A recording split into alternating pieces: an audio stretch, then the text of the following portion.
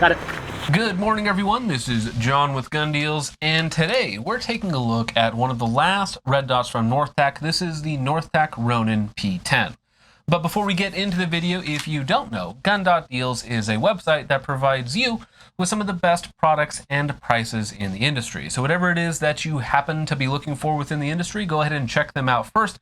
They probably have a link to it for the best possible price. Now, importantly, they don't buy or sell anything. Once again, they can only point you in the right direction. And again, that is Gun.Deals. Now, with all that out of the way, go ahead and like, share, and subscribe, as that is all free and does help us out quite a bit. On top of that, go ahead and comment your favorite PCC in the comments down below. This here is, of course, the Kalashnikov USA KR9, which we have previously reviewed, and it is a nifty little PCC. Now, getting into full disclosure on the Northtac Ronin P10, Northtac did send us a full lineup of their optics, basically everything except for the V10, I believe. So we got the P10, the P11, which is right here, and the P12. On top of that, we also got the M10, which is back there on the bullpup shotgun. Now, getting into their optic lineup, starting out with the P10. Now, depending on where this actually comes out in the video schedule, you may have already seen several of those other videos, or this may be the first one. So the P10 is the integrated low mount version, meaning that it is perfect for AKs or other guns that already have a very low comb height, so you don't need a riser like you would on an AR-15 usually. So it does have an integrated low mount, and then it comes with a Picatinny riser. However, because it has an integrated one-piece low mount, which is again very strong and durable, it does make it a very good option for AKs or again similar style of guns. Now, they also have the P11, which is an integrated high mount. So the body is one piece and the mount is a fixed, I believe, lower 1/3 co-witness.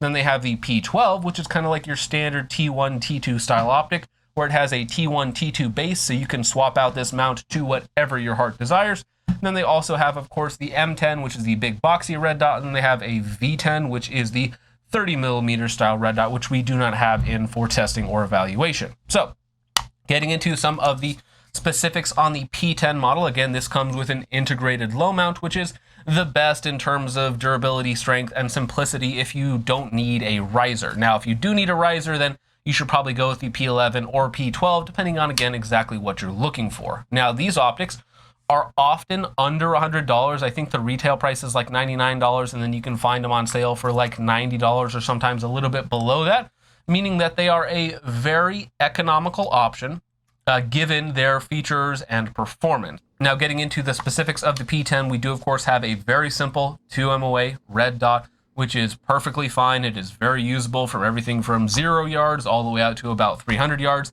Doesn't necessarily have all the bells and whistles of other reticle systems or what have you, but a 2 MOA dot for 99% of applications out there that you're going to be using a red dot for is perfectly fine. Now, we have 12 daylight settings on here. It is not night vision compatible as far as I can tell. On top, we have our two controls, which are a plus and a minus button that do plus and minus things.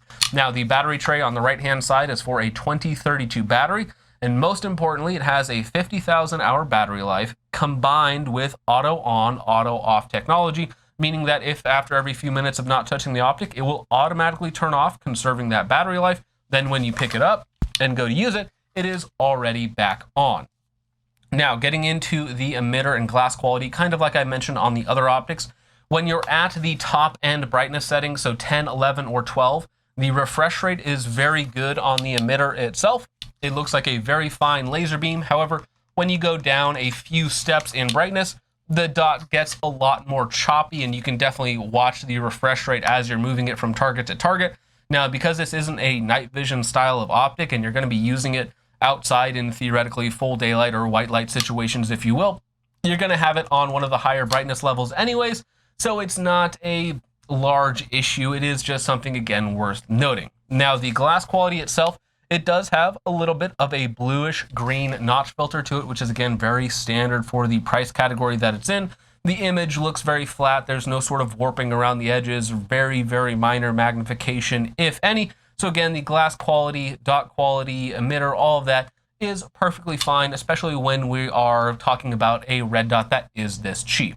Now, externally on the body, there's really only a couple other things to talk about. We, of course, have capped, windage, and elevation. They are in half MOA increments. they're fairly nicely protected with these raised aluminum ridges, and as we'll get into in just a minute, it was also fairly durable. Now, whenever we're talking about budget optics, we're always going to be a little bit concerned with their quality control, and are they actually going to hold zero? Are they going to die after, a month or 2 or 6 months or a year? There's a lot of question marks when it comes to their build quality, because again, when we're talking about cheap red dots or cheap anything really, they do have to cut corners somewhere. So is that in assembly? Is that in quality control? Is that in the actual materials and parts used in the construction of the red dot? So there are, of course, going to be some of those question marks. Now, with the Ronin P10, we did submit it to a double drop test. So basically, we had a steel set up at about 100 yards, and we did a shoulder height drop onto dirt and rocks, reconfirmed zero that it was still hitting on target, did another drop test after that, confirmed again that it was still hitting on target, and of course, it did pass with flying colors.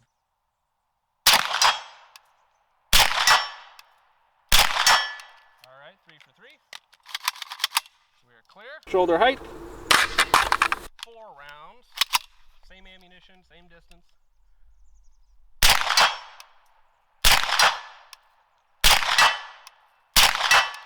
All right, 4 for 4. Okay. All right.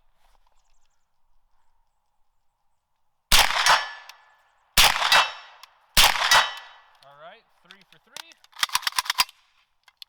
All right. I didn't really check for exact zero shift on it because this is mounted to the KR9, which is mounted to a dust cover, which does have a little bit of movement to it, not much. So it's not necessarily the best zero retaining platform on the market. However, again, inside of 100 yards, perfectly acceptable.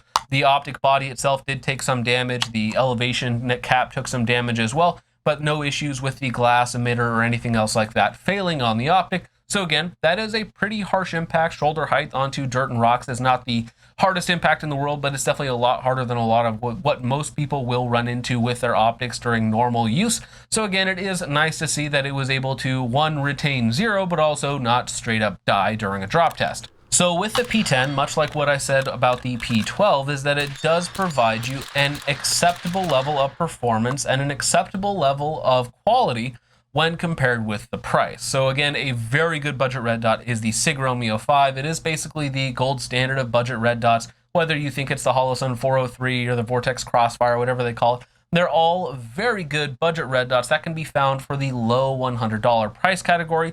This is going to be maybe a little bit worse in terms of performance, especially when it comes to dot quality and emitter quality. However, again, it's also going to be about $20 cheaper, so it is going to be that step below into that kind of super budget category, if you will. And a lot of people are looking for that sub $100 price tag. And again, for that sub $100 price tag, Northtac is providing you an acceptable level of quality and an acceptable performance level. In fact, the performance of the optic is perfectly fine. In normal daylight, again, you're never going to notice the refresh rate issue on the emitter because you're going to be at 10, 11, or 12 anyways.